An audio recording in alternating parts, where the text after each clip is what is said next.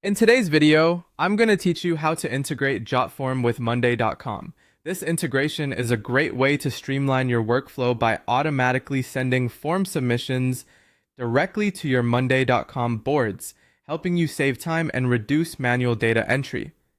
Let's dive right in and explore how you can set this up. First, the foundation of our integration starts with creating your form in JotForm. Begin by designing the form you need. It could be a lead capture form, a survey, or perhaps an order form. Pay close attention to the fields you're including, such as name, email, etc., as these fields will later be mapped to your Monday.com board. Once you've crafted your form, it's time to move on to the next step. Head to the Integrations section in JotForm. You can find this by navigating to the Settings tab within your form builder and then clicking on Integrations. Here, you'll search for Monday.com.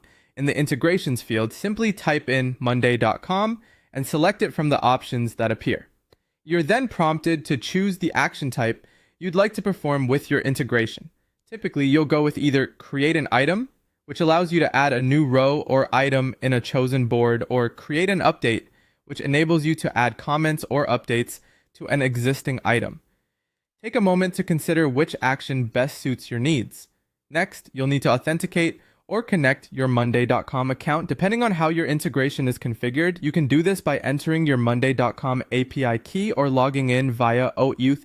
This step establishes the connection between JotForm and Monday.com, enabling them to communicate seamlessly. After your accounts are connected, select the Monday.com board where your new items or updates will appear. Additionally, choose the specific group within that board. Groups are essentially sections or categories within your boards that help you organize your entries. Now comes the crucial step of mapping your fields. For each field in your form, you'll map it to a corresponding column in your chosen Monday.com board.